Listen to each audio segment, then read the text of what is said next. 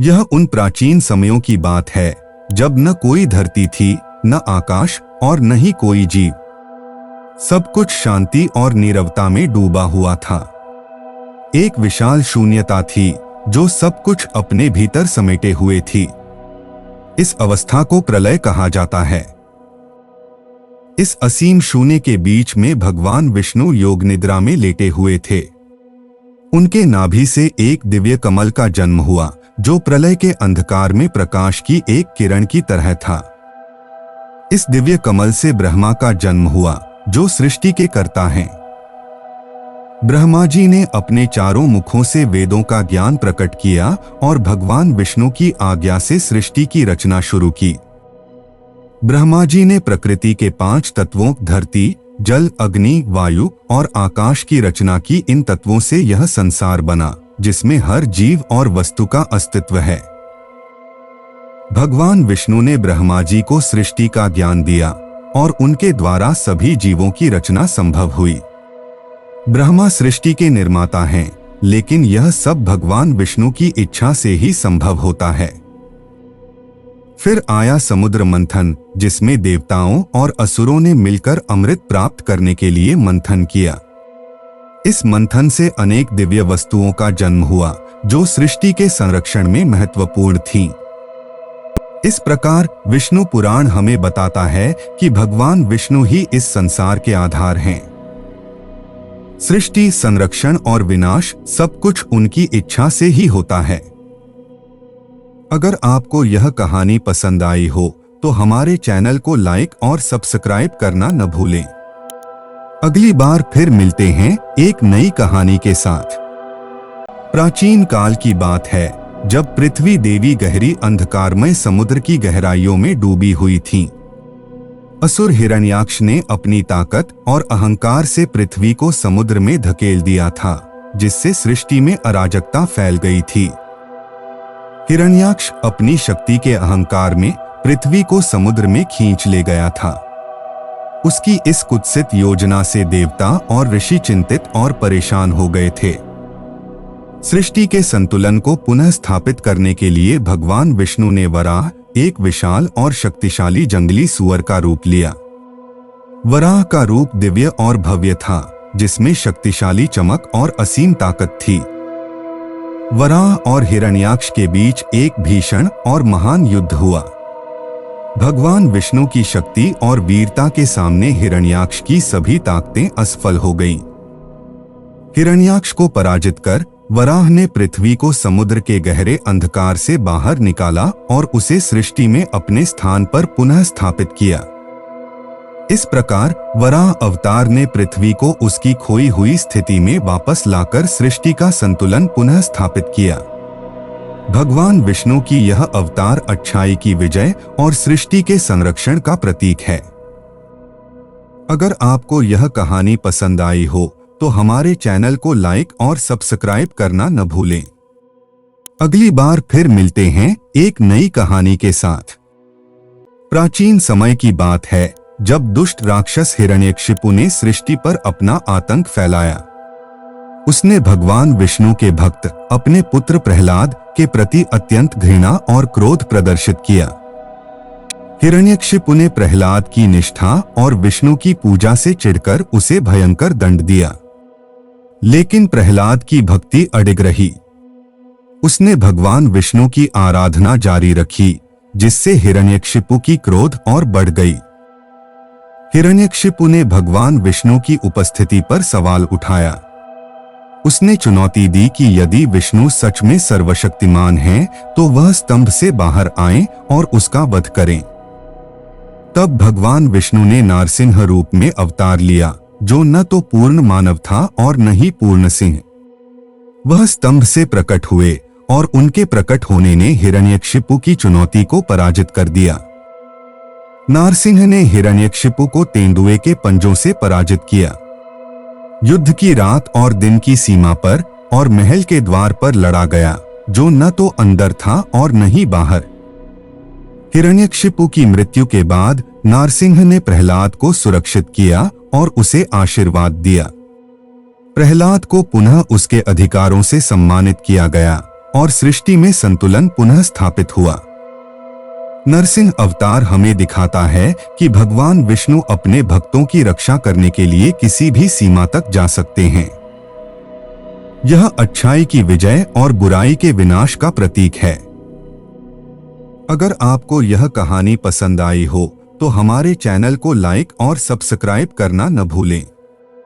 अगली बार फिर मिलते हैं एक नई कहानी के साथ।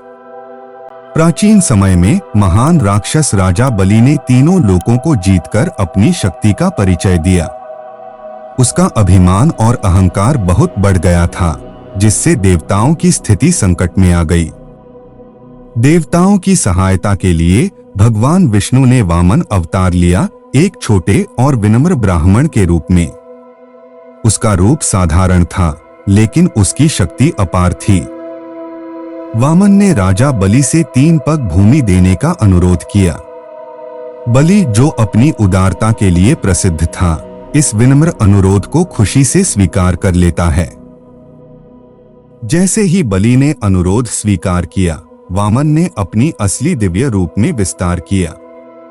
उसकी पहली पग ने पूरी पृथ्वी को ढक लिया। दूसरी पग ने आकाश और देवताओं के निवास स्थान को पूरी तरह से ढक लिया। अब केवल तीसरी पग बची थी। जब वामन ने तीसरी पग के लिए स्थान पूछा, राजा बलि ने विनम्रता से अपना सिर प्रस्तुत किया। वामन ने अपनी तीसरी पग राजा बलि के सिर पर रखा और उसे पाताल में धकेल दिया। बलि ने अपनी पराजय को भी विनम्रता से स्वीकार किया। राजा बलि की विनम्रता और भक्ति से प्रभावित होकर वामन ने उसे एक वरदान दिया। उसे साल में एक बार अपने राज्य पर जाने की अनुमति और पाताल का शासक बनने का सम्मान मिला। अगर आपको यह कहानी पसंद आई हो तो हमारे चैनल को लाइक और सब्सक्राइब करना न भूलें। अगली बार फिर मिलते हैं एक नई कहानी के साथ। पुराणों के अनुसार भगवान विष्णु के छठे अवतार परशुराम का जन्म धर्म की स्थापना और अन्याय के अंत के लिए हुआ। वह महर्षि जमदग्नि और देवी रेणुका के पुत्र थे। परशुराम, जिन्हें भगवान शिव से दिव्य परशु कुल्हाड़ी प्राप्त हुई थी, अपने पिता से युद्ध कला और शास्त्रों का ज्ञान प्राप्त कर रहे थे। वह एक निडर योद्धा और धर्म के संरक्षक बने। परशुराम का जीवन कर्तव्य, निष्ठा और तपस्या का प्रतीक था। वह अपने माता पिता की सेवा में सदैव तत्पर रहते थे और धर्म की रक्षा के लिए संकल्पित थे। एक समय शक्तिशाली और अभिमानी राजा कार्तवीर्य अर्जुन ने महर्षि जमदग्नि की दिव्य गाय कामधेनु को बलपूर्वक छीन लिया। इस अन्याय ने परशुराम के क्रोध को जगा दिया। धर्म की रक्षा के लिए परशुराम ने अपने परशु उठाया और राजा कार्तवीर्य अर्जुन और उसकी सेना का संहार किया। उन्होंने इस युद्ध से अन्याय और अहंकार का अंत किया। परशुराम ने संकल्प लिया कि वह पृथ्वी को पापी और अन्यायी क्षत्रियों से मुक्त करेंगे। उन्होंने 21 बार पृथ्वी को क्षत्रियों के अहंकार से मुक्त किया, जिससे धर्म की स्थापना हो सके। धर्म की स्थापना और अन्याय के अंत के बाद परशुराम अपने तपस्वी जीवन की ओर लौट गए। उनका जीवन धर्म, कर्तव्य और न्याय का प्रतीक बन गया। और कहानियों के लिए हमारे चैनल को सब्सक्राइब करें और वीडियो को लाइक करें। धन्यवाद। नमस्कार दोस्तों, आज हम बात करेंगे राम अवतार की, जो भगवान विष्णु का 7वां अवतार है। ये कहानी है धर्म, त्याग और सत्य की। चलिए रामायण की इस अद्भुत यात्रा को शुरू करते हैं। अयोध्या के राजा दशरथ और रानी कौशल्या के घर भगवान राम का जन्म हुआ। राम का जन्म उस समय हुआ जब पृथ्वी पर अधर्म और रावण का आतंक बढ़ चुका था। राम एक दिव्य बालक थे, जिनका जीवन धर्म और कर्तव्य का उदाहरण बनने वाला था। राम का बचपन अयोध्या में बहुत सुखद बीता। वे अपने भाइयों लक्ष्मण, भरत और शत्रुघ्न के साथ खेलते और सीखते थे। गुरुकुल में शिक्षा प्राप्त करने के बाद राम धर्म, नीति और युद्ध कला में निपुण हो गए। लेकिन राम का जीवन केवल सुखद नहीं था। पिता के वचन का पालन करने के लिए राम ने 14 वर्षों का वनवास स्वीकार किया। उनके साथ उनकी पत्नी सीता और भाई लक्ष्मण भी वनवास गए। इस दौरान राम ने कई कठिनाइयों का सामना किया और राक्षसों का विनाश किया। वनवास के दौरान रावण ने माता सीता का हरण कर लिया। सीता को बचाने के लिए राम ने वानर सेना और हनुमान जी की सहायता से लंका पर चढ़ाई की। अंत में राम ने रावण का वध कर धर्म की विजय प्राप्त की। रावण का वध करने के बाद राम अयोध्या लौटे और उनका राज्याभिषेक हुआ। रामराज्य की स्थापना हुई, जो न्याय, धर्म और सुख शांति का प्रतीक बना। राम का जीवन हमें सिखाता है कि सत्य और धर्म के मार्ग पर चलते हुए कितनी भी कठिनाइयां आएं, हमें कभी हार नहीं माननी चाहिए। राम के आदर्श हमें जीवन में सदैव प्रेरित करते रहेंगे। और कहानियों के लिए हमारे चैनल को सब्सक्राइब करें और वीडियो को लाइक करें। धन्यवाद। नमस्कार दोस्तों, आज हम बात करेंगे भगवान श्री कृष्ण के अवतार की, जो भगवान विष्णु के 8वें अवतार हैं।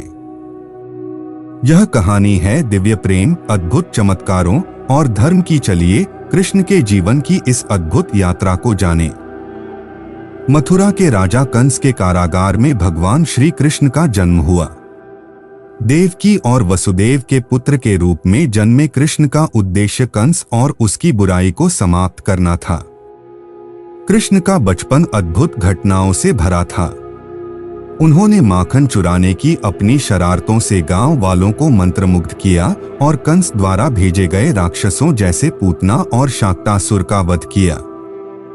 एक बार इंद्रदेव ने अपनी नाराजगी में भारी बारिश शुरू कर दी। कृष्ण ने गोवर्धन पर्वत को अपनी छोटी अंगुली पर उठाकर गांव वासियों को सुरक्षित किया और इस अद्भुत लीला से धर्म की विजय को स्थापित किया। महाभारत के युद्ध में कृष्ण ने अर्जुन के सारथी के रूप में महत्वपूर्ण भूमिका निभाई। भगवद गीता में उन्होंने अर्जुन को धर्म, कर्म और भक्ति के रहस्यों का ज्ञान दिया। कृष्ण और राधा का प्रेम एक दिव्य प्रेम का प्रतीक है। उनकी रासलीला और गोपियों के साथ खेल प्रेम और भक्ति के गहरे अर्थ को दर्शाते हैं। कृष्ण का जीवन हमें सिखाता है कि भक्ति, धर्म और सत्य के मार्ग पर चलकर हम हर बाधा को पार कर सकते हैं। कृष्ण के आदर्श हमारे जीवन में सदैव प्रेरणा के स्रोत रहेंगे। और कहानियों के लिए हमारे चैनल को सब्सक्राइब करें और वीडियो को लाइक करें।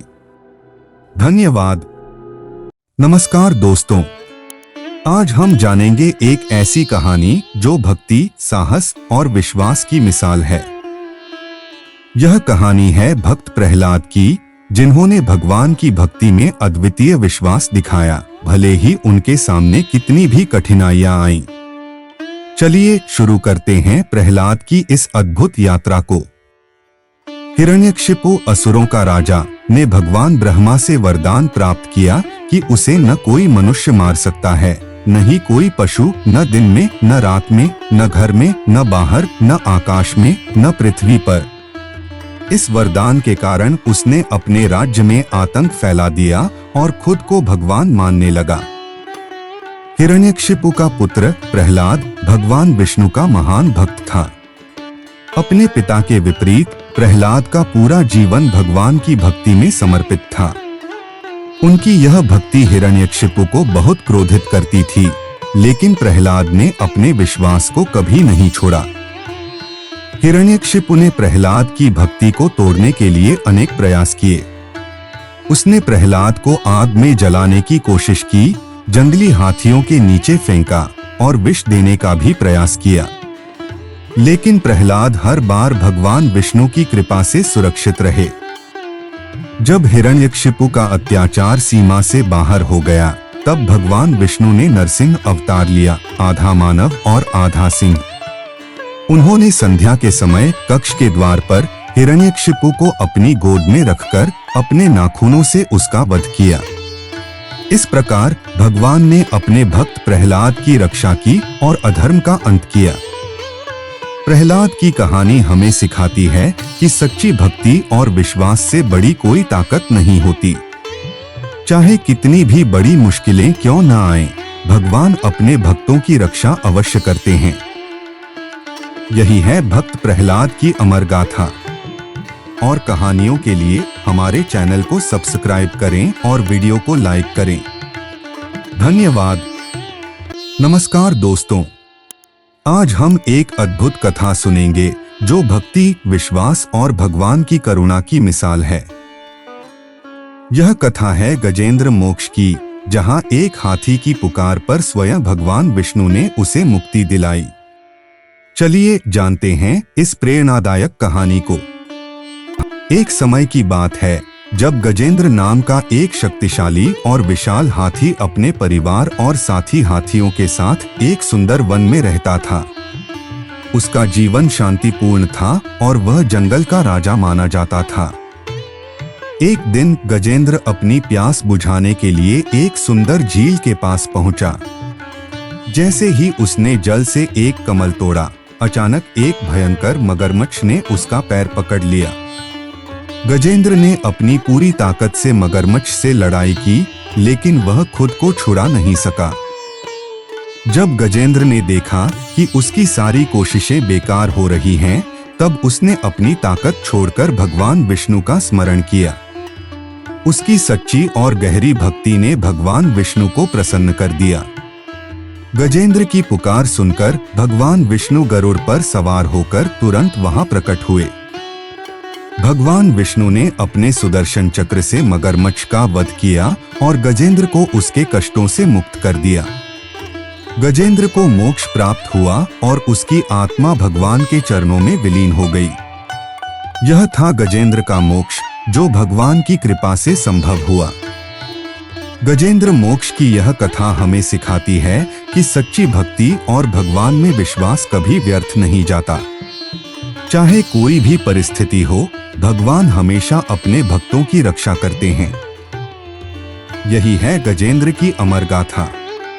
और कहानियों के लिए हमारे चैनल को सब्सक्राइब करें और वीडियो को लाइक करें। धन्यवाद।